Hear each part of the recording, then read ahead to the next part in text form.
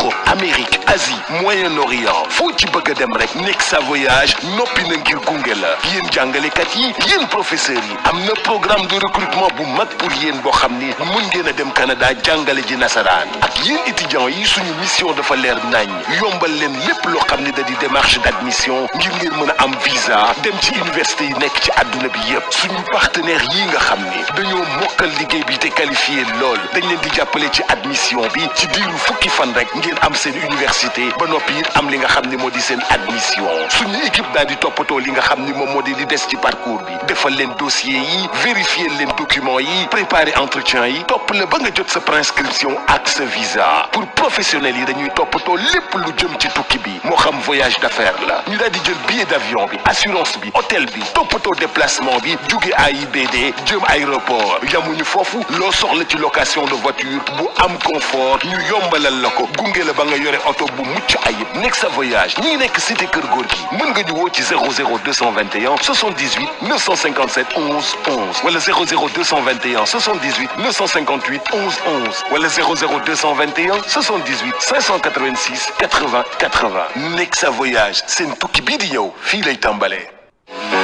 Chez Nexa Voyage, nous accompagnons étudiants, entrepreneurs, familles et professionnels dans tous leurs projets de mobilité, qu'ils soient personnels ou d'affaires. Europe, Amérique, Asie, Moyen-Orient, où que vos objectifs vous mènent, nous sommes votre compagnon de route. Vous les enseignants et professeurs, un programme de recrutement s'offre à vous pour l'enseignement de la langue française au Canada. Pour les étudiants, notre mission est claire, faciliter vos démarches d'admission et de visa vers les meilleures universités du monde. Grâce à nos partenaires qualifiés, votre admission peut être obtenue en seulement 10 jours. Notre équipe s'occupe de chaque étape du parcours, constitution du dossier, vérification des documents, préparation de l'entretien, suivi jusqu'à l'obtention de la prescription et du visa. Pour les professionnels et les entreprises, nous gérons l'ensemble des voyages d'affaires, visa, billets d'avion, assurance, hôtel, ainsi que les déplacements du personnel vers AIBD et la location longue durée de voitures pour plus de confort et de flexibilité. Nexa Voyage, cité Kër Gorgui, appelez-nous au 00221 78 957 11 11 ou le 00221 78 958 11 11 ou le 78 586 80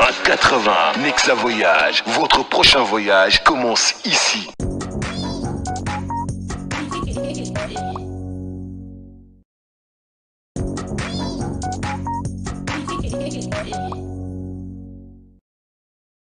Merci de nous rester fidèles, amis internautes, vous qui avez choisi de nous suivre partout à travers le monde sur la chaîne des grands événements VIP People TV. Comme son nom l'indique, s'informer est juste vrai. Comme ni ma koy faral di waxee saa yu ngeen abonné bu leen fàtte di bës cloche de notification bi mooy mën a tax ngeen jot suñu yeneen vidéo en exclusivité ñu dellu soit tey indi leen beneen numéro actu du jour xool li gën a fës ci xibaar ñu daal di koy saytu taataan ko segg ko faram fàcce ko indi ko wi sax leen ko fii sur la chaîne des grands événements VIP People TV. fi ñu koy tàmbale en cette actu du jour dañuy dem fële ca affaire Prodac bi nga xamante ne mi ngi continuer daal di couler beaucoup d'encre jëmale ko nag ci li nga xamante ni mooy 2,7 milliards de francs CFA bi nga xam daal jàpp nañ jamono ji dafa nekk en jeu kii nga xamante ni moo fi nekkoon ancien ministre de jeunesse ci régime président Macky Sall di Pape Malick Ndour bi nga xamante ni jamono ji dafa nekk sous liberté sous surveillance avec bracelet électronique ginnaaw nag biñ ko doon xaar fële nga xamante ni mooy ca pôle judiciaire financier pour dégluwaat ko daal mu doonaat daal ñaareelu yoon boo xamante daal convoqué nañ ko jëmale ko daal ci affaire 2,7 milliards de francs CFA moom Pape Malick Ndour démb mu ngi woon foofu ca pôle judiciaire nag ginnaaw nag bi nga xamante ni daal étau judiciaire bi daal dafa mel ni daal loo xamante ni daal dafa commencé resserré wu jëmale ko daal ci kaw kii nga xamante ni mooy Pape Malick Ndour nekkoon fi ancien ministre nekkoon aussi ex coordinateur bi nga xamante ni daal mi ngi doon gérer programme bi nga xamante ni moom la ñu dippee des domaines agricoles communautaires ñu gën ko xam ci tout Prodac suñu ne Prodac nag suñu xel day dem ci leaderu parti Pastef ak Mame Mbaye Niang ginnaaw nag suñu sukkandikoo suñu ay sources daal kii di Pape Malick Ndour biñ ko convoqué daal démb mu nekkoon daal talaata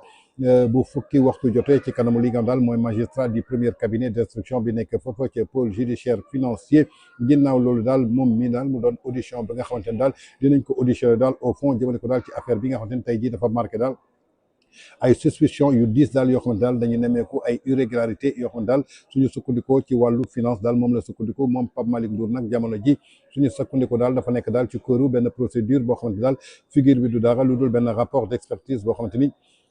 suñu sukkandikoo daal ci comptable bi daal di koy établir muy ki nga xamante ni mooy Abdoulaye Dramé nekk ci cabinet d'audit bi nga xamante ni moom la ñu tuddee ADR jëmale ko daal ci benn expertise boo xamante ni lépp loo xamante ni ordonné woon nañ ko daal ci weeru janvier atum 2025 jëmale ko daal ci président collège des juges bi nekk foofa ci pôle judiciaire financier muy Idrissa Diarra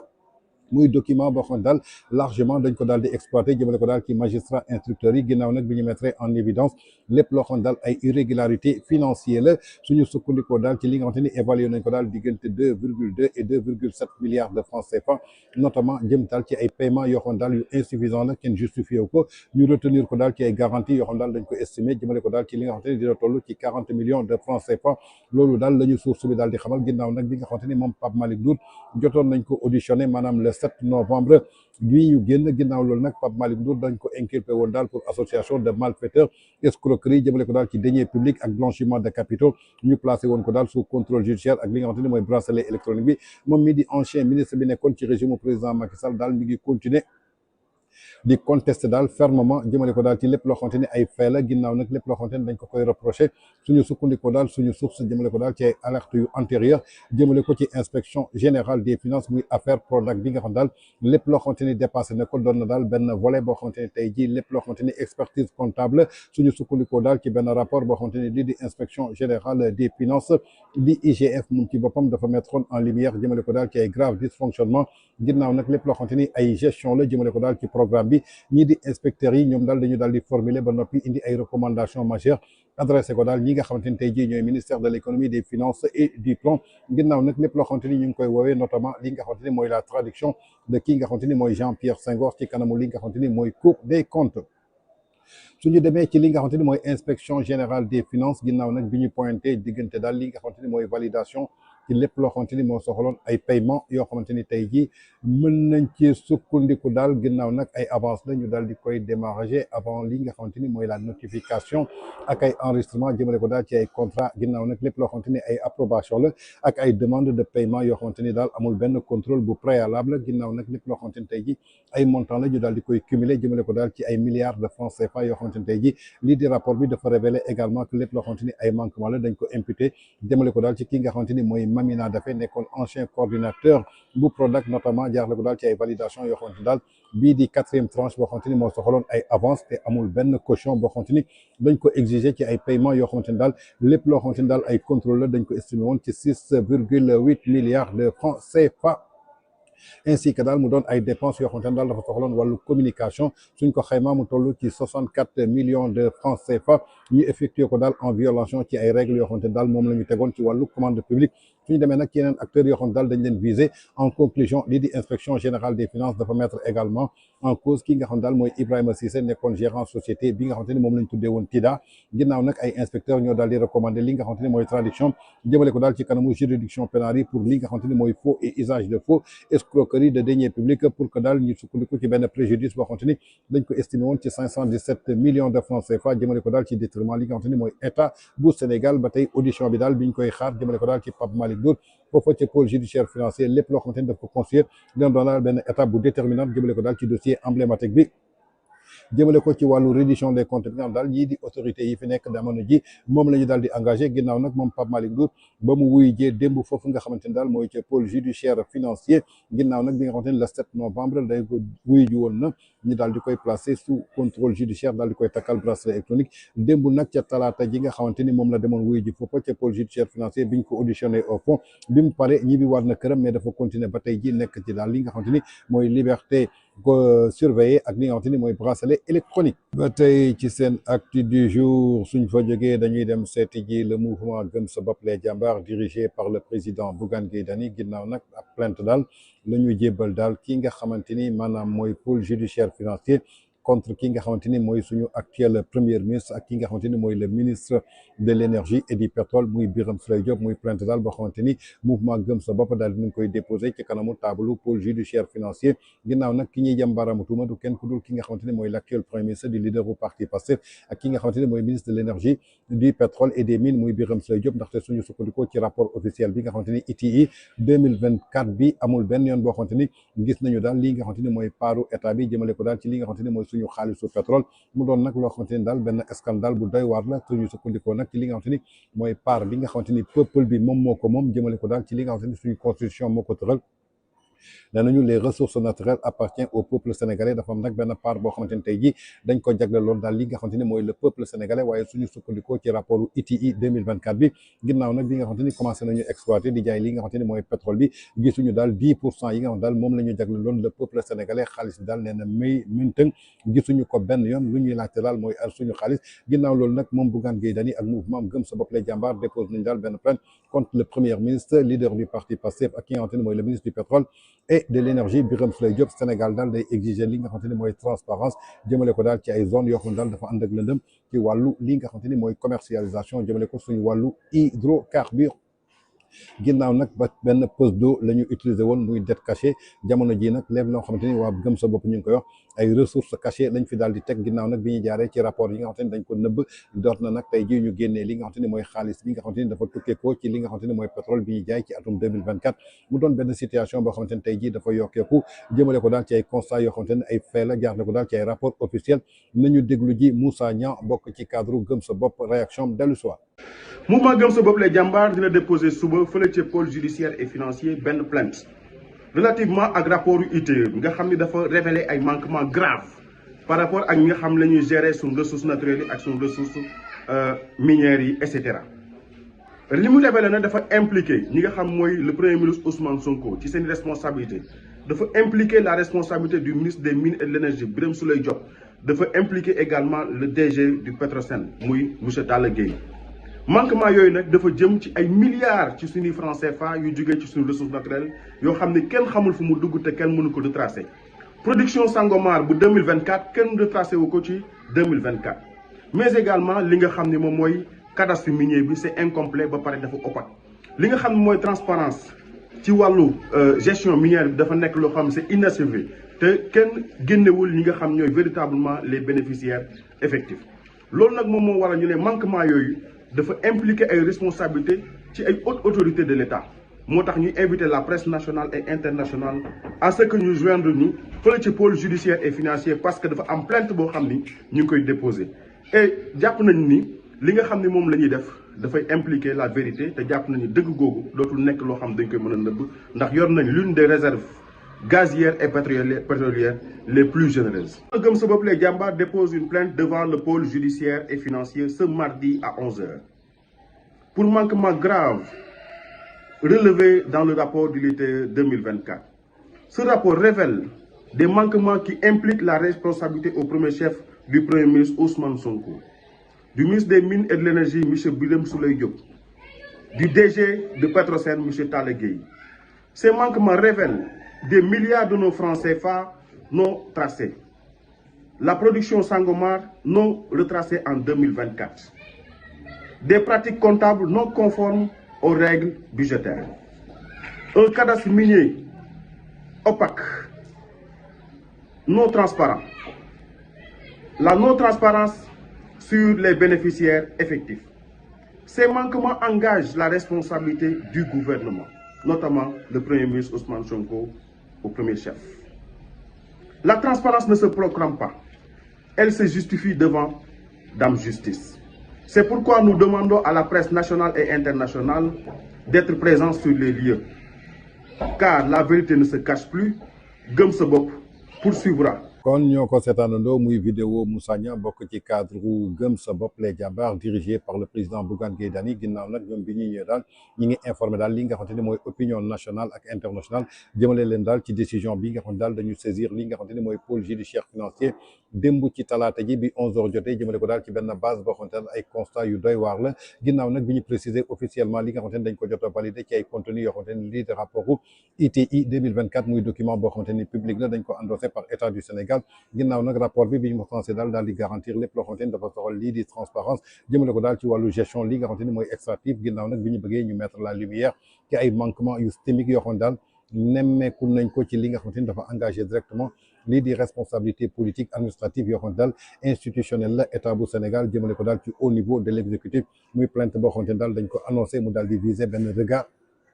bi nga xamante ni daal daf ko jaarale ci ay attributions respectives ak ay responsabilités kii di monsieur le premier ministre ak ki nga xamante ni tey jii mooy garant jëmale ko daal ci wàllu cohérence ak sincérité ci action gouvernementale kii di monsieur Birame Souleye Diop di ministre des mines de l'énergie ak autorité tutelle yoo xamante ni daal yu direct la nekk ci secteur extractif bi jëmale ko daal ci ki nga xamante ne mooy monsieur Talla Gaye di directeur général bu Petrosen di bras opérationnel jëmale ko daal ci état ak gestion pétrolier gazier ginnaaw nag bu mu doonee daal nii nga xamante ni mooy procès politique ni acharnement procès personnel mais dafa doon benn exercice boo xamante ni benn droit citoyen la boo xamante ni tey dañu war a jàkkaarloog lépp loo xamante ni ay fait la jaarle ko daal ci ay documents yoo xamante ni daal du dara lu dul justice boo xamante ni dafa habilité wu pour ñu daal di qualifier li nga xamante ni mën nañ ko tuddee benn transparence partielle ginnaaw nag bu mu engagé ay responsabilités état bi lii di rapportu ITIE 2024 dafa reconnaître daal que lépp loo xamante ni dafa soxal ay rapprochement ci ay revenus extractifs jëmale ko ci atum 2024 amul benn yoon boo xamante ni couvrir na lu toll ci 91,89% jëmale ko daal ci ay flux yoo xamante ni daal dafa bàyyi ñu daal di substituer ci benn écart boo xamante ni tey jii kenn réconcilié ko suñu xaymaa nag lu toll ci 2,48 milliards de francs CFA jëmale ko daal ci section bi nga xamante ni mooy 1 ak 3 suñu demee ci page 24-25 lu dara lu dul benn écart boo xamante ni dañ ko qualifié mu doon loo xamante ni kenn signifié wu ko ci benn sens technique ni ci forme boo xamante ni ITE dafa doon daal politiquement financièrement loo xamante ni juridiquement lu significatif la amul benn état bu sérieux boo xamante ni tey jii war nga mën a banaliser jëmale ko daal ci di nga xamante ni mën nañ ko tuddee la disparition comptable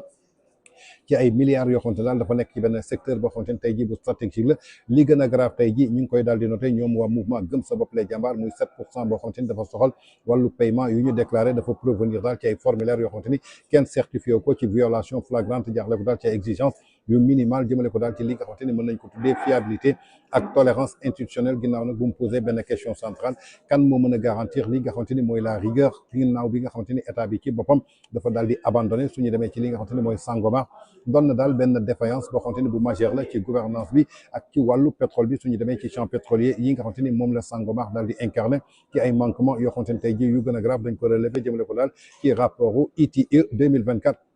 alors que lii di production pétrole bi officiellement démarré na daal depuis le mois de juin 2024 tey jii may wax ak yéen ñi ngi ci mois de décembre 2025 kon 1 an 6 mois lii nga xamante ni daal mooy pétrole bi ñi ngi koy commencé jaay ginnaaw nag rapport bi dafa établir daal benn part de production boo xam daal bu état bu Sénégal la amul benn yoon boo xamante ni dañ ko retracé ci benn déclaration boo xamante daal dugg na ci atum 2024 muy section 1-2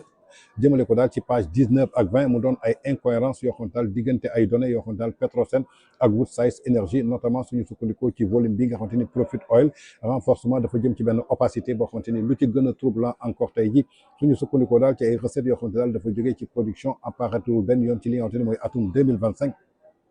alors que lii di commercialisation bi dafa intervenir en 2024 naka la état mën a produire li nga xamante ni mooy pétrole ginnaaw nag bi nga xamante ni dafa doon koo xamante ni dafa incapable pour retracer li nga xamante ni mooy propre param jëmale ko daal ci production bi jëmale ko ci at bi nga xamante ni moom la ñu nekk en extraction mu doon nag benn pataaral boo xamante ni comptable bi daf ko constitué mu doon benn faille bu grave jaarle ko daal ci benn gouvernance boo xamante ni dafa susceptible ci ay qualification lii nga xamante ni mooy pénal ginnaaw nag ay pratiques comptables yoo xam ne daal dafa contraire jëmale ko daal ci sincérité budgétaire ba tey ji suñu sukkandikoo ci rapportu ITE 2024 ñi ngi confirmé daal que benn pratique déjà dañ ko daal di dénoncé jëmale ko daal ci li nga xamante ni mooy Cour des comptes ginnaaw nag ay paiements yoo xam ne daal lii di Woodside moo ko daal di effectué en 2024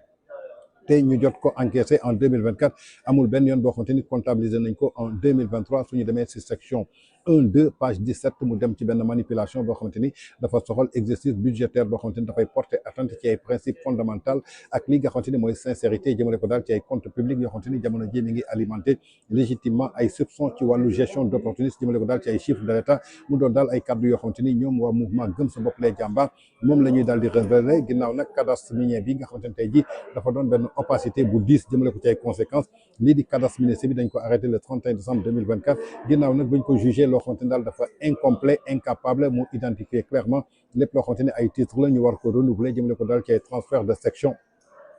muy 1-4 jëmale ko ci page 26 doon na benn opacité bu fragile jëmale ko daal ci sécurité juridique boo xamante ni dafay nourrir ay conflits fonciers ñi daal di koy ubbi jëmale ko ci ay voies pratiques contre jaarle ko ci intérêt général ginnaaw nag suñu réew bi tey jii dafa sukkandiku ci benn foncier boo xamante ni lépp loo xamante ni mën nañ ko teg ci sujet bi du dara loo xamante ni tey jii war nañ ko mën a wax lu dul bénéficiaires yoo xamante ni yu effectif la jaar la ko ci benn transparence boo xamante daal bu inachevé la mu doon nag li nga xamante ni mooy plainte boo xamante ni ñoom mouvement gëm sa bopp les jàmbaar daal dinañ koy posé ginnaaw nag li nga xamante ni mooy plainte bu ñu déposé démb ci kanamu pôle judiciaire financier pour sàkku daal ñu indi lumière jëmale ko daal ci li nga xamante ni tey jii moom moo jëm su suñu xaalisu pétrole bi nga xamante ni moom moo waroon revenir au peuple sénégalais tey daal nee na France nee na Fenteng gisuñu benn yoon fuñ ko mentionné ci atum 2025. Toujours dans votre actu du jour suñ jógee foofu dañuy dem xool la presse sénégalaise naka la ñu xëyee ginnaaw nag plainte bi nga xamante ni mouvement gëm sa bopp les jàmbaar porté nañ ko plainte ki nga xamante ni mooy le premier ministre ak le ministre de l' énergie Birame Souleye Diop ak képp koo xamante ni da nga taxee ci li nga xamante daal moo jëm ci wàllu ressource extractive yi muy xaalisu pétrole bi nga xamante ni askan bi moo ko moom gisuñu ko ginnaaw loolu nag presse bi daal moom la ñu xëyee jëmale ko daal ci revue de presse bi nga xamante ni Alaaji Assane Gueye def na ko fële ci RFM ak ki nga xamante ni mooy Mantoulaye Diène ñu dellu si waat scandale am na ci pétrole bi ci réewum Sénégal tur bi di yéen kaay naan koon looy wax maa ne nga naan koon may ma ñëw ndax nag faaw ñu indi gindi ci li nga xam ne sama njort nga ca de te kopparu pétrole bi ci boppam génn ci nii mbaa ci naa rek xaalisu pétrole bi moo réer ma yanamu yéen kaay bi naan maan iti ci boppam moo daal di dóor xëdd rëpp ci table ja naan xaalis bi ci boppam génn ci nii mbaa ci naa sama wax du deñ ndax ci atub 2024 bi li nga xam ni moom la Sénégal war a am nguufaan ko ci paaram ci pétrole ci wàllu numéraire lépp goxee ko ci projet bu Sangomar ba ma nga naan kenn retracé wu ko ci benn déclaration kenn gisu ko it ci benn formulaire boo xam ne ma nga ca Petrosen waaye kenn yëru ko it ci benn formulaire goo xam ne ma nga ca Woodside rapport d'exécution budgétaire T3 T4 bu 2024 ba nekku ca may ma nga naan déclaration bu DGCPT it may nekku ca te moo ne day reb yu deuxième trimestre 2025 bi ma ngay leeral ni état bu Sénégal jot na fanweeri milliards ak juróom yu toftal ñeenti téeméer ci ay millions lii daal di bàyyeekoo ci pétrole bi ci juróom benn weeri njëkk ci 2025 ma nga naan lii day andi ay dëggal ma ne ko ci lan mu ne ma di dëggal ne production bi ci boppam tàmbali nañ koo jaay waaye paaruk état bu réewum Sénégal ci 2024 versé wuñ ko wala it buñ ko versé comptabilisé wuñ ko wala it buñ ko comptabilisé dañu koo déclaré wul moo tax mu naan nag ana xaalisu pétrole bi li yey dëgg wax leen ñu ana xaalis ba tribune yéen kaay naan maan booba day ci kam kon ñoo ko déggandoo ginnaaw plainte bi nga xamante ni mouvement gëm sa bopp les jàmbaar Bougane Gueye Dany posé na ko ci kanamu table pôle judiciaire financier contre le premier ministre ak ki nga xamante ni mooy le ministre de l' énergie ginnaaw nag bi nga xamante ni Sénégal commencé na exploité lii nga xamante ni mooy pétrole atum 2024 tey jii ñu ngi ci décembre 2025 gisuñu daal benn koppar boo xamante ni dafa tukkee daal ci li nga xamante ni mooy xaalisu pétrole bi te askan bi moom ko alors que lépp loo xamante ni dafa soxal gestion ressources naturelles ça appartient au peuple sénégalais comme moom bu mu nekk opposition ni mu ko doon waxee ñoom Macky Sall jaay na pétrole lu Sénégal bi yëpp Aliou Sall lekk na ci lu toll 6 000 milliards mu jaxat ne askanu Sénégal ak ñi nga xamante ni ñoo fi nekkoon alors que jamono jooju Sénégal mosul commencé jaay sax lu toll ci genn walaatu li nga xamante ni mooy pétrole bi mi ngi tàmbee ci ñoom ñi nga xamante ni ñoom ñoo ko tàmbali gis en mai 2024 ginnaaw nag 2025 dañu commencé commercialiser li nga xamante ni mooy pétrole bi ba tey jii mënuñu wax askan bi daal dërëm bi nga xamante ni daal tukkeekoon na ci li nga xamante daal mooy xaalisu pétrole bi te askan bi moom ko muy 10% bi ginnaaw nag rapport ITIE 2024 bi nga xam daal fësal nañ ko gisuñu ko daal benn yoon foo xamante ni mention nañ ko daal ci atum 2025 bi daal que xaalis bi nga xamante ni tukkee ko na daal ci pétrole bi daal mi ngi nii ginnaaw nag muy transparence boo xam daal moom la ñu saakoon que lépp lu jëm ci wàllu ressource naturelle que Pastef bu ñu ñëwee léppay daal di leer dafa mel daal Pastef bi ñëwee daal ñoom daal li nga xamante ni mooy xaalisu pétrole bi dañ ko daal di ne furax kenn xamul fan la dugg mu doon nag li nga xamante ni xibaar bi nga xamante ni toute la presse sénégalaise moom la ñu xëyee tey ci seen actu du jour suñ fa jógee dañuy dem seeti ji la réponse de Pape Malick Ndour ginnaaw nag bi nga xamante ni mi ngi janoon nag ñi nga xamante ni mooy Idrissa Diakha nekk foofu te pôle judiciaire financier jëmale ko daal ci affaire Prodac bi nga xamante ni boobu ba tey ñi ngi ko ciy toppee ginnaaw loolu nag biñ ko auditionné ba fa noppi daal mujj nañ ko bàyyi mu delluwaat ci li nga xamante ni mooy këram ginnaaw nag li nga xamante ni mooy continuer daal di takk li nga xamante ni mooy bracelet électronique bi ginnaaw loolu daal moom Pape Malick Ndour dafa mel daal ku tontu ki nga xamante ni mooy leader bu parti Pastef jëmale ko daal ci commentaire bi nga xamante ni moom Adama Fall moo ñu ko defal nañ ko déglu ci dellu soit Pape Malick nee na mooy Mbappé moom Mbappé nee na seul nee na ci principe oui comme que ku nekk seetlu nga jàppam maanaam médaillon ak dañ ko woowee waaw nee na dafa mës a bañ yëy yàbbi ci li nga xam ni mooy dossier bi taxoon ñu woo ko parce que dafa nekk républicain et respecté suñu yoonu réew contrairement à Ousou Passel Momar nee na loolu da ko mës a def nee na noppi boobu nag conviction ci boppam la mooy noppi boobu mi ngi teg ci bàyyi justice yoon def liggéeyam pour mën a éviter ay agitation politique moo tax mu noppi ci yéeyu yàbbi ci mu ne cependant gannaaw bi dégg ba mu déggee kaddu yu surprenante yi ko bett jóge ci président Pastef bi nga xam ne mooy premier ministre bi jël congé ne day noppalu parce que yaram bi day metti mu wax ni ci sujet bi nga xam ne dafa jëm ci fameux rapport entre guillemets bu IGF oui mu ne dafa toog nag nekk dans l'obligation andi ay leeral parce que tuumaal yi yu tegul ci benn dëgg yu tegul ci fenn dafay wone sàkkute taxaweef boo xamante ni dafa nekk dafay pour ñu nëbb dëgg maanaam pour nëbb dëgg traverser dëgg bi mu ne dëgg bi nag dafa yomb te mun nañ cee teg loxo fépp oui mu ne article bi njëkk biy wax ci mbirum rapport Prodac ñu ngi ko publié par Dakar Actu le 11 juin 2018 oui te ba nga fa may ba tey soo demee ci site bi dañ ko fa fekk usu dama ci site ma yokkal la ci Aïssatou ne la oui seen camarade seen collègue journaliste oui moo partagé woon rapport boobee ah bon waaw seen collègue journaliste ah bon di sama xarit moo ko partagé woon presse bi pour won leen lii ñuy tuumaal Mame Mbaye Niang dëgg amu ci c'est fameux pré-rapport mu ne bisu moo ko tourné te mi ngi ko partagé atum lëmm avant mu ñu koy nommé ci bopp Prodac loolay dëgg parce que ñu ngi ko fal ci bopp Prodac le 6 juin 2019 dëgg la mu ne article boobu nag mi ngi dekk foofu ba léegi mu ne nag rapport boobu bi nga xam ne presse bi wax na ci largement ci at balaa muy jël fonction ci liggéey bi naka la ko mënee épingler rapport boo xamante ni ñu ngi ciy wax at avant moom ñu koy fal naka la ko mënee épingler moom Pape Malick Ndour nga xam ne jamono joojee ma nga nekkoon ministère des finances et du budget moment bi rapport bi di génn Pape Malick Ndour mi ngi nekkoon fonctionnaire au ministère des finances et du budget jamono ji ñuy nekk fonctionnaire ministère des finances et du budget moom ak actuel ministre des finances bii di Cheikh Diba ñoo daan bokk benn table bu ñuy toogee réunion de coordination les mardis te moom Cheikh Diba moo ko mu fa daan toog moom Pape Malick Ndour moo yoroon secrétariat ba moo doon jël procès verbal de réunion loolee tontu niveau du dëgg xale niveau léegi nag nee na su xëyee altine oui bii gannaaw suba première heure balaa moo def dara balaa naan café le 10 parce que nag le 12 la Abdou Nguer war a génn incha allah dëgg la le 10 su ndakk ji dina yónni bataaxal bu ne jox ko bu baax jox ko Cheikh Diba nii bataaxal ba nag lam cay laaj mooy Cheikh Diba na ko jox benn pàcc oui bu nekk ci rapport bi bu ñuy tuddee turu Pape Malick Ndour waa kay su boobu mooy beneen bi dina ne Cheikh Diba jox ma attestation bii wane firnde bii wane ni maa ngi doon liggéey ca ministère bi de 2023 à 2019 très bien de 2013 à 2019 ci biir ministère ba nee na suy def loolu day jébbalaale oui ministre Cheikh Diba moom Pape Malick procès-verbaux yi nga xam ni moom moo ko doon bind ci loxoom jox ko ministre bi pour firndeel ni ñoom ñaar ñoo doon bokk taabal jooju jamonoy coowal Prodac ba bu coowu Prodac ba ay waa leer puisque Aïssatou dafa bëgg lu factuel waaw factuel la nee na nag les faits sont têtus dañoo dëgër bopp kenn mu ko doxal nee na musul dégg IGF musul dajeeg IGF dëgg la musul taseeg ay enquêteurs IGF dëgg la ci période bi nga xam ni débat bi ca lañ ko alimenté lañ koy yëngal yéen xam nga journaliste lu yow rek nga yëngal ko yëngal du dëgg oui mu ne moment boobu ma nga nekkoon ministère des finances comme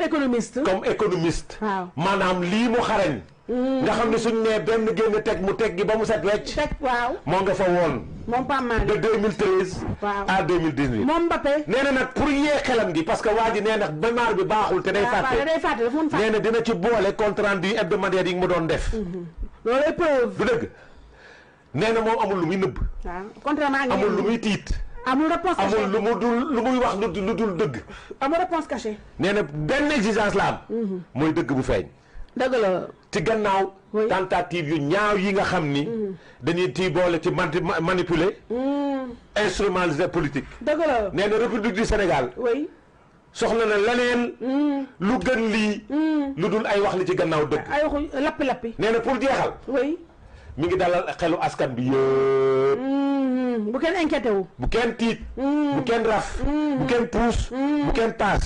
nee na amul lu muy ragal. moom ñu wóolu na justice su réewam. moom Mbappé. oui moo wax lii. du dëgg. dëgg la léegi nag ki war a tiit. mooy ki nga xam ne moo taxaw askan bi di ko déglu. ay nopp jox ko nopp yi. muy lappi comme ni Aïssatou Diop Fall doon lappi. ak mi lappi. xam naa ne nag li gën a metti ci àdduna duudu. oui. kii mag ju toog ay gone war la ngay wax li ci gannaaw dëgg. waaw moo tax xale bu tuuti. dina la tegaat sa kon ñoo ko gisandoo muy la réponse cinglante et salée de ki nga xamante ni mooy l'ancien ministre sous le régime du président Macky Sall Pape Malick Ndour bi nga xamante ni moo fi nekkoon ministre de la jeunesse ginnaaw loolu mu nekkoon coordination li nga xam daal mooy programme des domaines agricoles ginnaaw loolu ñu dippee ko Prodac boobu ba tey nag ñu ngi ko topp ab tontu daal bi nga xamante ni tontu na ko ki nga xamante ni mooy leader bu parti Pastef de l'actuel premier ministre xamal ni que daal moom en tant que républicain la nit la koo xamante ni dafa fonk ay institution amul dara loo xamante ni ñi ngi ko koy reproché te mu taqee ci wala mu laale ci saa yu ko justice am soxla dina dem wuy ji ay preuve daal di koy tegal mu wuteeg nag ñi nga xamante ni dañuy def ba pare seen justice su leen wooye ñu taxaw fe naan je fais pas confiance à la justice de mon pays wala di gàddaay di wut ay yoon yoo xam ne daal moom la ñu propre di daw di làqatu ji fële nga xamante ni ci diwaanu Ziguinchor moom Pape Malick Ndour il est un républicain doon na nit koo xamante ni dafa respecté institution en tant que un républicain nag ko fu ñu ko wooyee daal dina wuy ji du bokk ci kenn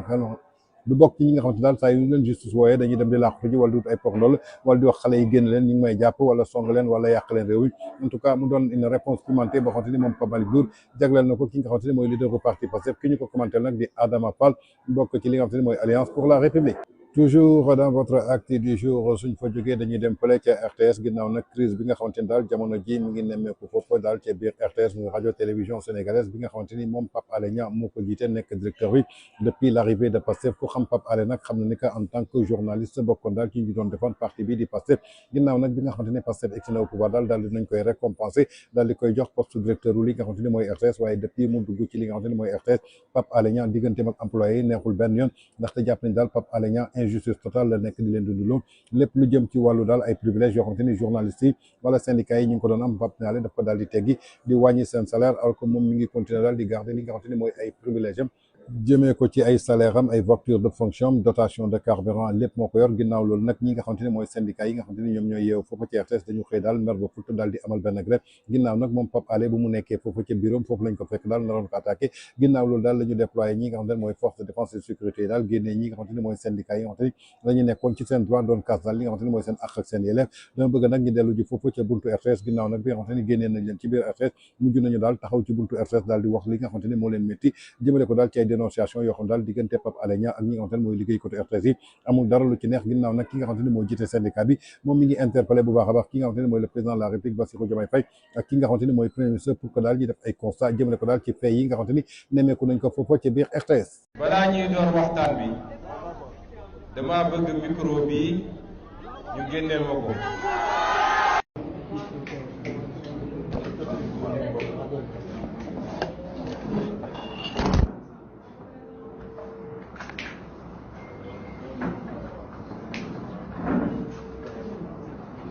léegi nag ñu ñëw ci RTS amuñu benn mérite. RTS c'est encore pire avec Racine Talla c'est la catastrophe à la RTS ay Babacar Diagne sax a tane woon parce que daanan jouer le jeu affaire un peu de fumisterie. Buzz RTS nga koy wute rien tous les soirs wala rajo télé Macky. man damay wax en tant que délégué du personnel. agent yi fayeeku mois d'avril fayeeku mois de mai ba commencé mois de juin ñëw ñu jot suñu ay bulletins mu woote woo les secrétaires généraux ne leen accord bi dama koy acc te jouru passation de service am dafa recevoir syndicat yëpp ne waxtaan naa ak Racine Talla laaj naa ko accord bi nu mu demee expliqué na ma kon nag accord bi duma ko laal lii la wax Habib Mbaye ni duma bàyyi ñu teg ci 2 mois ñu fayeeku 1 mois fayeeku 2 mois mu woo ñu ne da koy tippet dindi te loolu mi ngi ñëw ginnaaw bi ñu toogee ba war a dem ci tabaski ñu war a fayeeku suñu avance tabaski ci fàttali lépp la lépp maanaam état bi da lay lebal xaalis nga tabaski ci ba pare weer ba ca topp mu commencé la ko dagg 3 semaines avant tabaski mun na ko tippet dagg muy 100 000 francs ci ay agent ci ku ne yow nee nga jullit nga ñu jugee ci loolu ñu toog mu ne woy accord da koy suspendre parce que lan dafa amul budget bi te ñun xam nañu le budget a été voté c'était prévu la preuve mooy conseil d'administration toog na ñu ne ko budget bi c'était en place ñun waxuñu renégocier waxuñu yokkal salaire xam nga lu ñu wax fam ñu fekkoon nañu fa delloo la ñu moom nañu ko delloo parce que te foofu bëgg naa ngeen bàyyi ci ngeen ñu taxaw ci bu baax a baax bi muy doog a ñëw bëri na ay xibaar yu ñu génnee ci agent RTS génnee suñu ay avantages génnee suñu ay fonds communs lu nekk ñu génnee ko ci mbedd bi ma leen di xamal yéen ñii di sama ay confrères wax na fonds commun ñu ne RTS dañuy fayeeku 200 millions di ko séddoo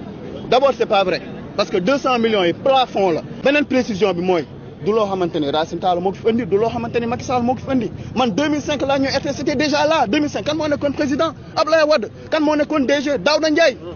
donc c'est des acquis yoo xam ne daf fi nekk depuis Mathusalem nga ñëw tey yow ñëw sur ton bon vouloir rek nga ni képpet dagg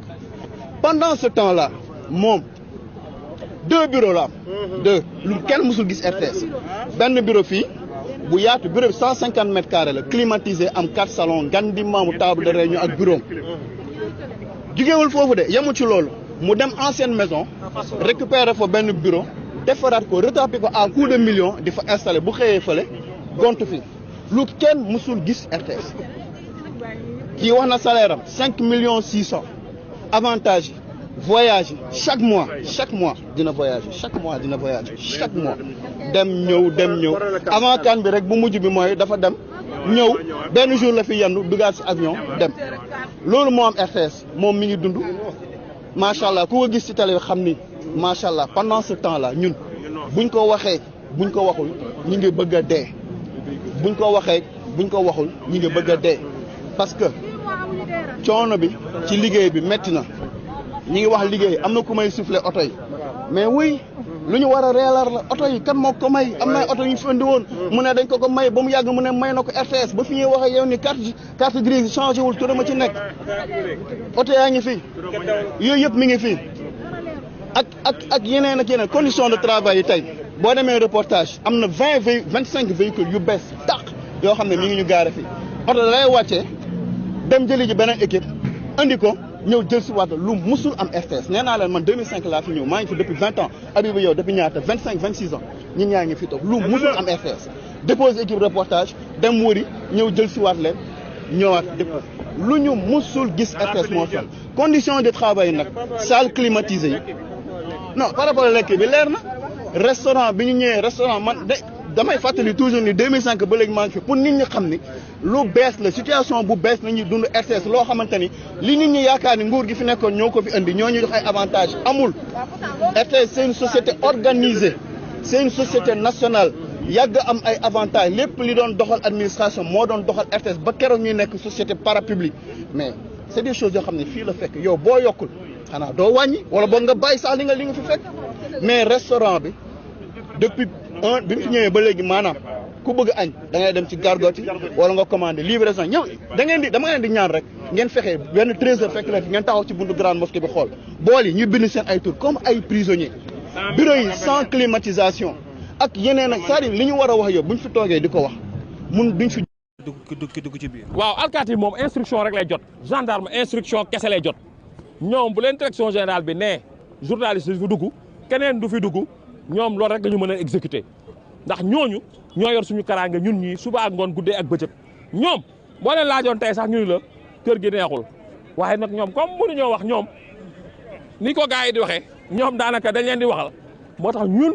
ñu ngi wax ni daal RTS moom sonn nañu sonn goo xamante ni fi mu toll nii jéggi na dayoo fi mu nekk nii ci suba gi ñu ngi toogoon ak président conseil d'administration bu RTS di waxtaan ak moom mais moom sax xam na ni situation bi toll na foo xam ne jéggi na dayoo moo tax tey ñu bëgg nag kilifa yi dégguñu ñu dégg président de la république bëgg président de la république dégguñu bëgg premier ministre dégguñu bëgg ministre de la communication dégguñu bëgg sëriñ yeeg kilifa yi ñëpp dégguñu parce que nag RTS ñun moomuñu ko moom moomu ko patrimoine national la service public la.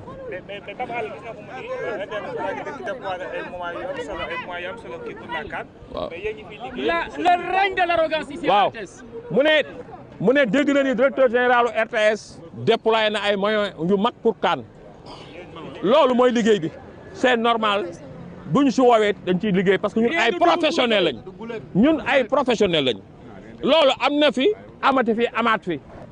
loolu du guléet moom lañ la wax ñun xam nañu liggéey bi bu baax a baax xam nañu nu muy demee A ba Z kenn duñ ko xam parce que fii ñi fi nekk ñëpp ku fi gën a néew 10 ans la fi def ñii ay 15 ans ñii ay 20 ans ci 25 ans kon defe naa ne xam nañu liggéey bi bu baax a baax. yéen a ngi fustigé ne dafa jël village du CAN dénk ko benn frère bu mbokk day baay voilà. xam nga ñun mënuñu di fustiger loo xam ne maîtriser wuñ ko ak xamuñu ko li ñu xam daal mooy village de la CAN moom am na njortu nañ tamit ne jox na ko koo xam ne waru ko jox. loolu journaliste moom nee na journal d'investigation la keneen kuy journaliste d'investigation it bu la neexee nga dem ca CAN ba village ba nga laajte nga gëstu mais ñun lu ñu njortu daal mooy jox na ko kum ko warul jox te jox na ko ci anam yi nga xam ne waru ko jox boobu mooy énième fois muy def yu mel noonu. mu ne waaw pour wax rek ne encore une fois ñun suñu warugar mooy laaj suñuy àq ak suñu yelleef parce que ñun suñuy devoir ñu ngi koy def ba mu mët sëkk ak askan wi kon suñuy droit nan ñu ko jox ba mu mët sëkk loolu moo tax ñu taxaw fii tey. kon ñu ko gisandoo muy syndicat bi nga xamante ni ñoo nekk foofu ci RTS ginnaaw nag bi nga xamante ni dañoo joxe daal am jàmmarloo yu dox seen digganteeg l'actuel directeur di Pape Alé Niang bi nga xam daal ñi ngi dénoncé lépp lu jëm ci wàllu injustice lépp lu jëm ci wàllu li nga xamante daal mooy maltraitance bi nga xamante ne mi ngi koy traité ñi nga xamante ne mooy employé RTS yi ginnaaw loolu nag boobu ba tey ñi ngi koy dénoncé di ko yuuxu ak manager façon yoo xamante ne wane ne Pape million nag dañoo dem ba sës daal di koy fekk ci biir bureau ginnaaw nag bi nga xamante ni Pape Alé moom dafa mujj woo ñi nga xamante ne mooy takk der yi ñu daal di leen génne teg leen ci biti ginnaaw nag bi nga xamante ni kii nga xamante ni moo jiite syndicat bi xamal ni ko daal jamono ji ci biir RTS dañu waroon taxaw daal di wax li nga xamante ne moo leen métti defale ko ginnaaw bi ñu jàkkaarloog taskatu xibaar yi mais gis nañu fu ñu ko defee mooy ca buntu RTS mais li ko waral nag gendarme yi ñoom ci seen bopp xam nañu RTS dafa métti waaye ñoom ndigal rek la ñuy wooyee donc mënuñu def leneen lu dul sukkandiku ci ndigal bi nga xamante ni jox na leen ko mais ku nekk xam na ni que tey jii kii di Pape Alé Niang façon bi mu yore RTS amul dara loo xamante ni jaar na ci yoon bi mu ñëwee moom salaire am daf ko daal di bàyyi ci 5,6 millions francs CFA yor bureau boo xamante ni toll na ci 150 mètres carrés maanaam soo ko xayma kër lëm daal di koy équipé aménagé ko dem fële nga xamante ni maanaam mooy ca bureau bi nekk fële nga xamante ni moo nekk ca ville jàkkaarloog Sorano mu daal di fay teg bureau su xëyee fii gont fële nekkee fa lu dul dara tukki gudde wangoon guddeeg bëccëg ay privilèges yu dul jeex su jëlee avion tey su wàccee du fi yendu sax day jëlaat avion dem yoonam alors que ñi di employé RTS yi jamono ji ñi ngi nekk daal ci benn calvaire total gis nañu foofu nga xamante ni moom leaderu parti Pastef fi mu nekkee opposition bi RTS ñëwee ci li nga xamante ni mooy militam dafa daal di seppi micro RTS daal di koy sànni fële kii di président Bassirou Diomaye Faye bu mu nekkee def conférence de presse dafa jël micro RTS daal di koy sànni fële kon tey ñoom suñu ñëwee ba nga xamante ni ñoom ñoo yor RTS waroon nañu am gàcce lool jëmale ko daal ci RTS bi nga xamante ni moom lañ doon xeex démb tey ñi jël Pape Alé Niang bi nga xamante ni dafa jàppoon boppam ki nga xamante ni moom dafay xeexal uniquement projet bi ba tey ci seen acte du jour suñ fa jógee dañuy dem fële ci assemblée nationale ginnaaw nag bi ñu convoqué ñi nga xamante ni daal mooy bureau assemblée bi pour que ñu sukkandiku daal ci li nga xamante ni mooy session bi soxal wàllu LFR yi muy loi des finances rectificative bi ci biir loolu nag moom Maître Aïssata Tall Sall bi mu ñëwee dafa mel daal ku leen delloo daal benn réplique bu cinglante jëmale ko daal ci régime bi nga xamante ni actuellement ni ñuy doxalee dañu mel ni ñu maîtriser wul ni état di fonctionner en tout cas ci ay tâtonnement la ñu daal di nekk dañuy déglu ci la réplique cinglante de Maître Aïssata Tall Sall gi ñu nekk présidente groupe parlementaire Takku Wallu bi mu servir ki nga xamante ni mooy El Malick Ndiaye di président assemblée nationale. Je vous remercie, Monsieur le Président. Monsieur le Président, Monsieur le ministre des Finances, Madame la secrétaire d'État. Monsieur le ministre des Finances, nous sommes à votre seconde loi de finances rectificative. 2 observations, une de forme et 2 autres de fond. Sur la forme, Monsieur le ministre, les délais de travail que vous nous imposez sont intenables. Intenables. Cette LFR est passée en Conseil des ministres le vendredi. Et dès le lundi, on nous a demandé en procédure d'urgence. C'est vrai, mais Monsieur le Président, dites à Monsieur le Président de la République que l'urgence n'est pas l'extrême urgence. Lundi, on l'a examiné en bureau, conférence des présidents, et à 13h04, mon téléphone est là pour en attester, nous avons reçu le projet pour passer en commission à 15h. Nous ne sommes ni des ovnis, ni des extraterrestres, nous ne sommes que des humains. Et vous nous demandez 86 pages de les examiner avant de vous rejoindre en commission en 2 heures de temps. Ce n'est pas du travail rigoureux. C'est ça que je voudrais vous dire. Sauf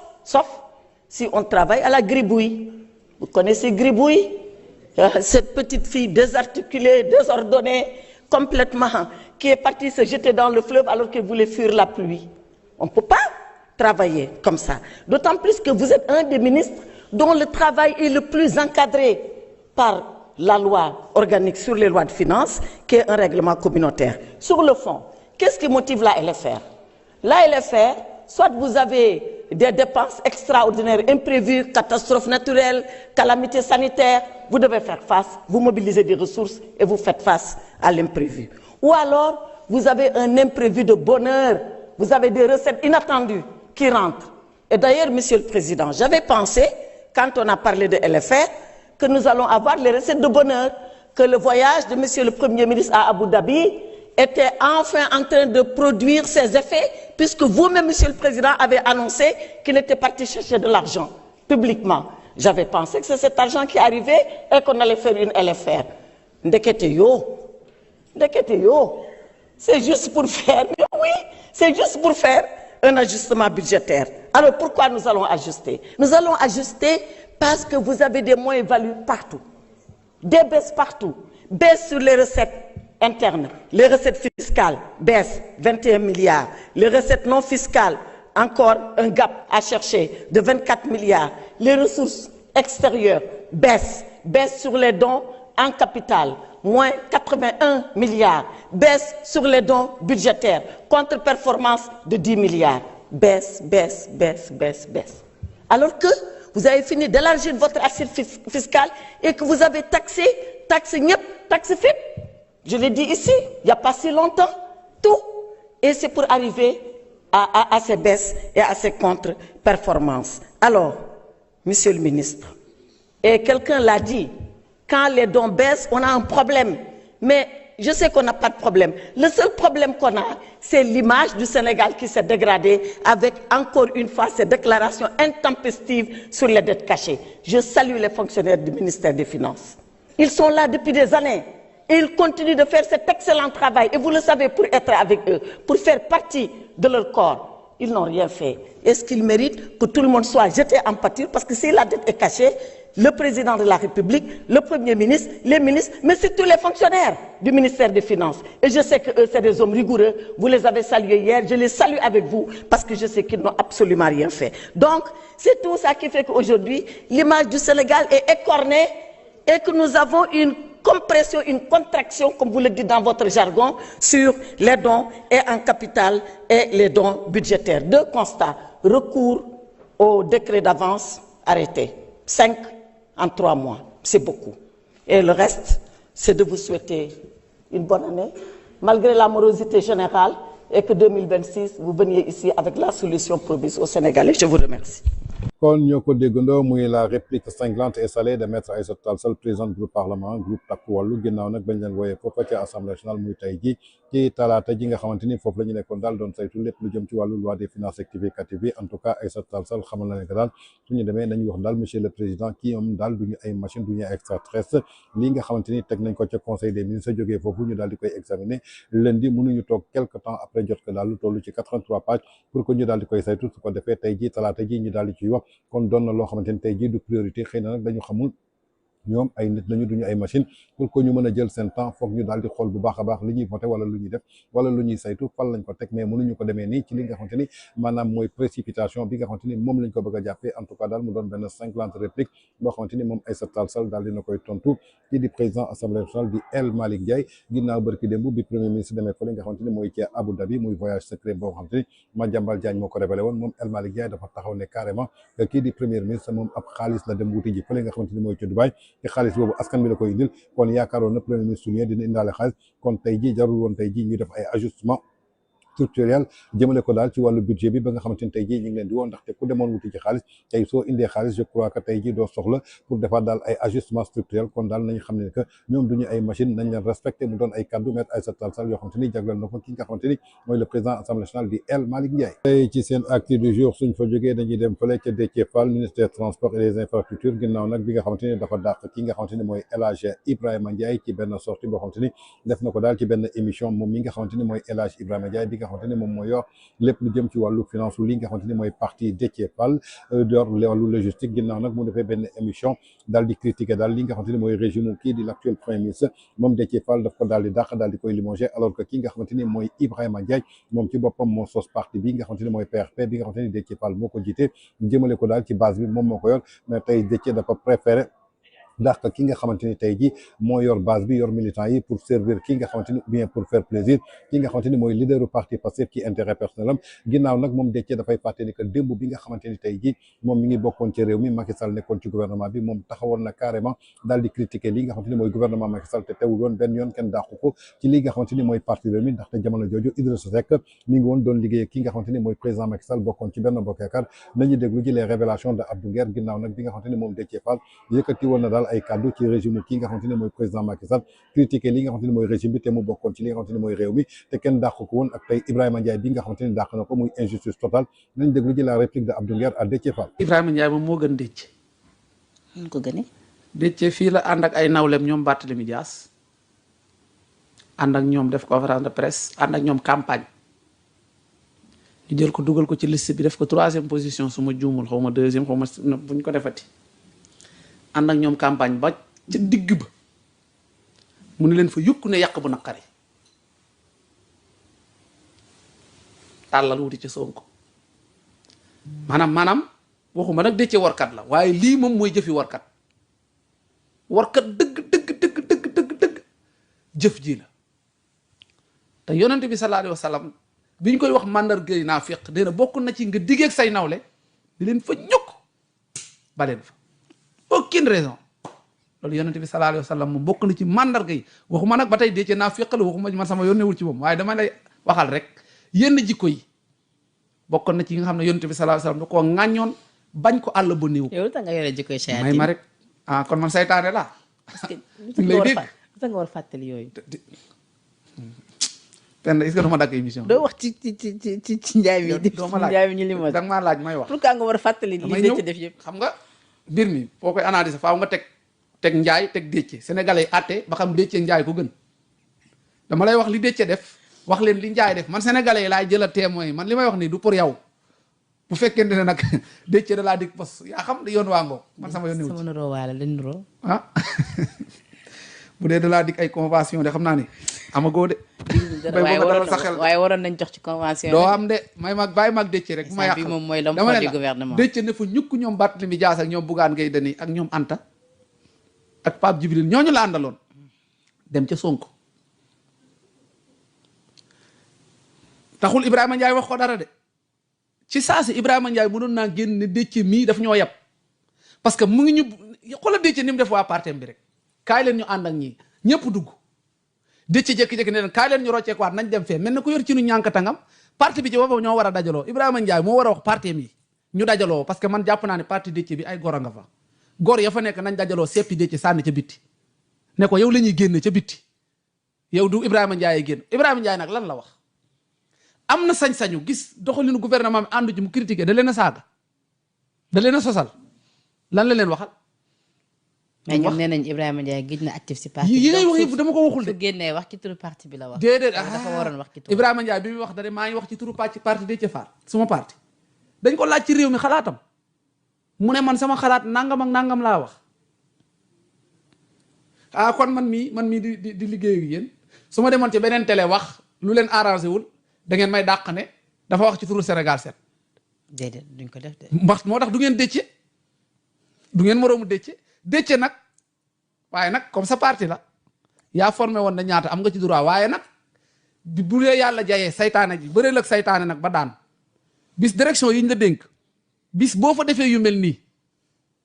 billaahi tamadu la ëppi bu mu Déthié bay boo nag sa parti yaa xam sa kër yaa xam sa njaboot yaa xam kum neex dàqal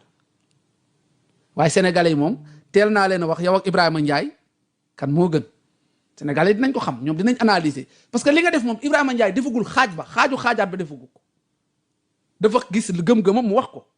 nga dàq ko pourtant yow ba nga gisee sa gëm-gëm na nga war a ànd ak ñoom Bart dem ba ci biir wor leen ne da nga war a àndaat ak Sonko Ibrahima waxu la dara de pourtant waxu la warkat nga waxu la dara dafa ñëw continuer àndaat ak yow Ibrahima ko loyauté la ak Déthié nag parce que man lii ku ma ko defoon pare naag yow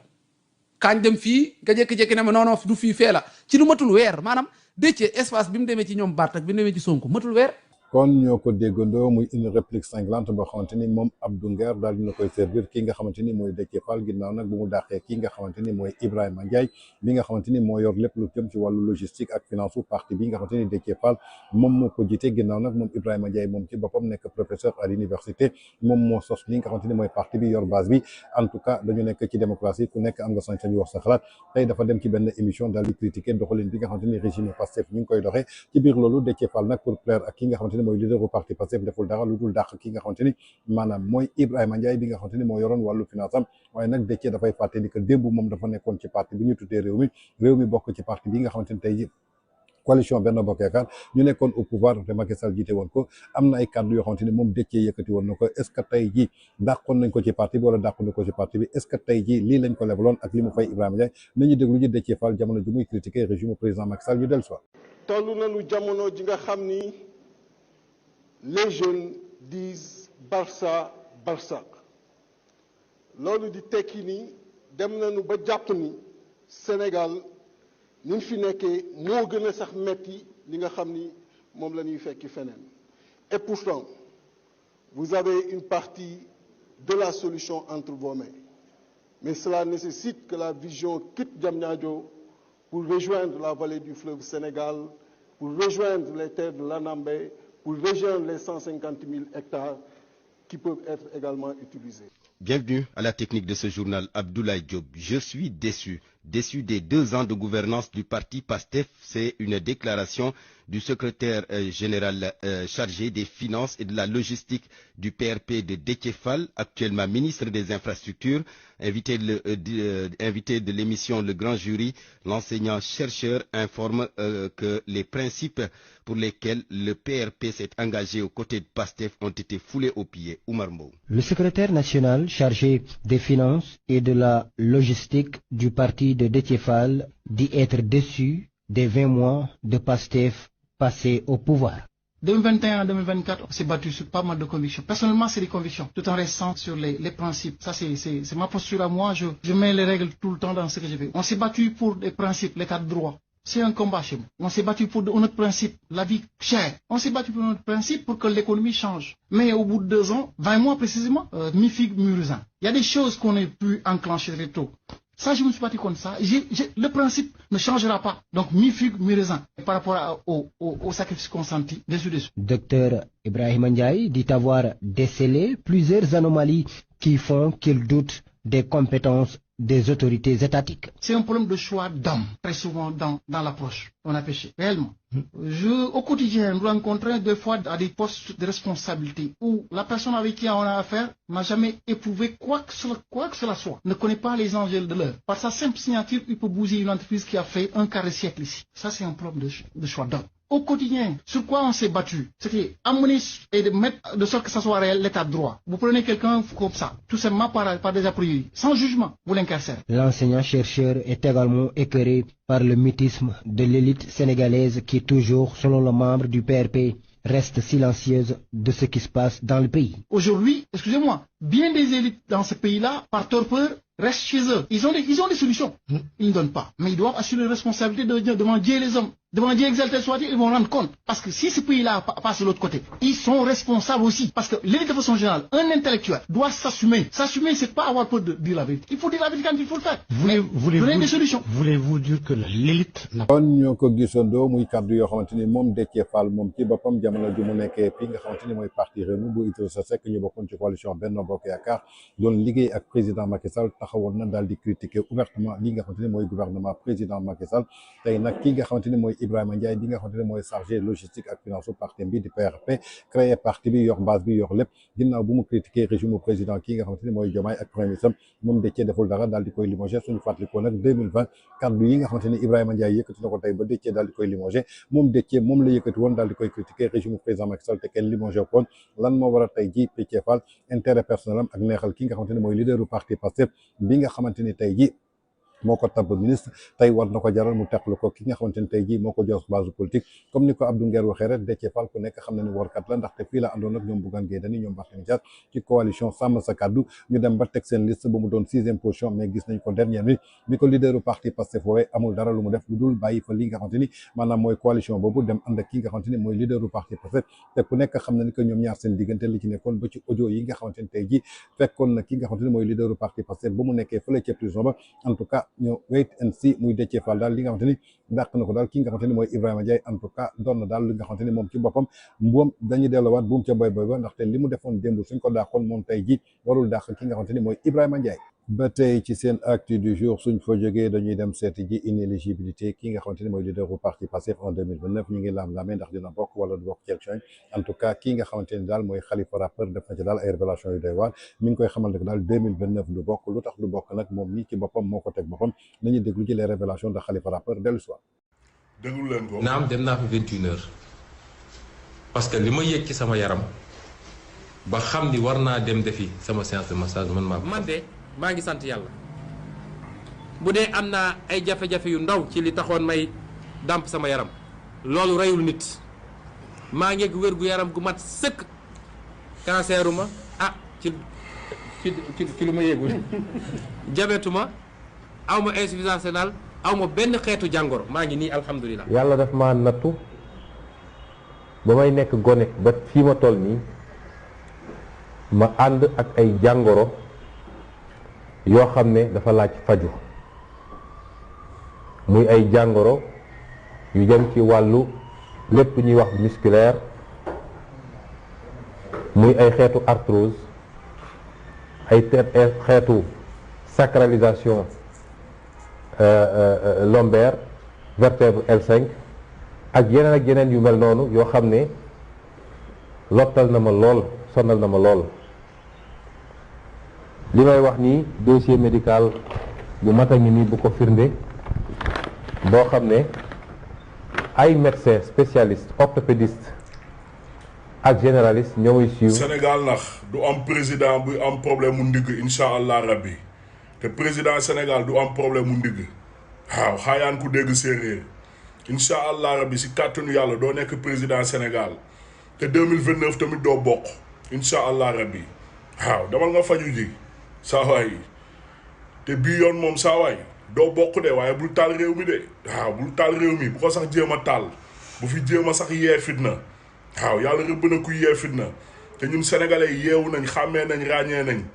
waaw sa bànneexu bakkan kase sa intérêt personnel kase waaw bëgg nekk président saawaay jaral na la sacrifier tey la jeunesse bi waaw rey ay sénégalais yu dul jeex wala ay sénégalais yu dul jeex ñàkk seen bakkan waaw ñu naan ay martyr yéen a yor majorité assemblée nationale abrogé leen loi d'amnistie ana justice pour les martyrs lan ngeen si jéem. kon ñoo ko déggandoo muy les révélations de Khalifa rappeur ginnaaw nag mu jagleel ko kii di leader du parti Pastef ndax candidature am en 2024 échoué na lu ko échoué muy Mame Mbaye Niang li nga xamante ni moom la diffamé woon cour suprême daal di valider li nga xamante ni mooy décision cour d'appel tey jii moom nag moo dugalaat rabat d'arrêt foogoon ni que da ci am gain de cause mais xam ne ne que daal dafa joué mu daal di perte ab loterie la rejeté war nañ ko définitivement kon na xam ne ne que daal 2029 du bokk te wax dëgg yàlla su bokkul nag bu mu fexe daal ba taal réew mi comme ni mu ko defoon en 2024 nga toog jàpp njaaburam jàpp sa fam xam ne que daal 2029 élection yi ñuy prég fii ci Sénégal mu doon présidentiel moom leader du parti Pastef en tout cas mu doon daal une réplique cinglante de Khalifa rappeur boo xam daal moom la servir ki nga xam ne mooy leader du parti Pastef. Merci beaucoup, c'était tout pour votre actu du jour. Quant à moi, je vous retrouve la prochaine fois. D'ici là, restez scotchés et passez une excellente fête de fin d'année et surtout à tout le monde, nous vous souhaitons nos meilleurs vœux. Bonne et heureuse année pour l'année 2026-2025 que nous venons d'enterrer. Tous mes meilleurs vœux de prospérité à tous les fans et téléspectateurs qui nous suivent partout à travers le monde. Nous vous souhaitons de passer une excellente fête de 31 décembre et surtout bon début d'année et excellente fin d'année. Et comme je le dis souvent, tous mes meilleurs vœux à tous les téléspectateurs de la chaîne VIP People TV.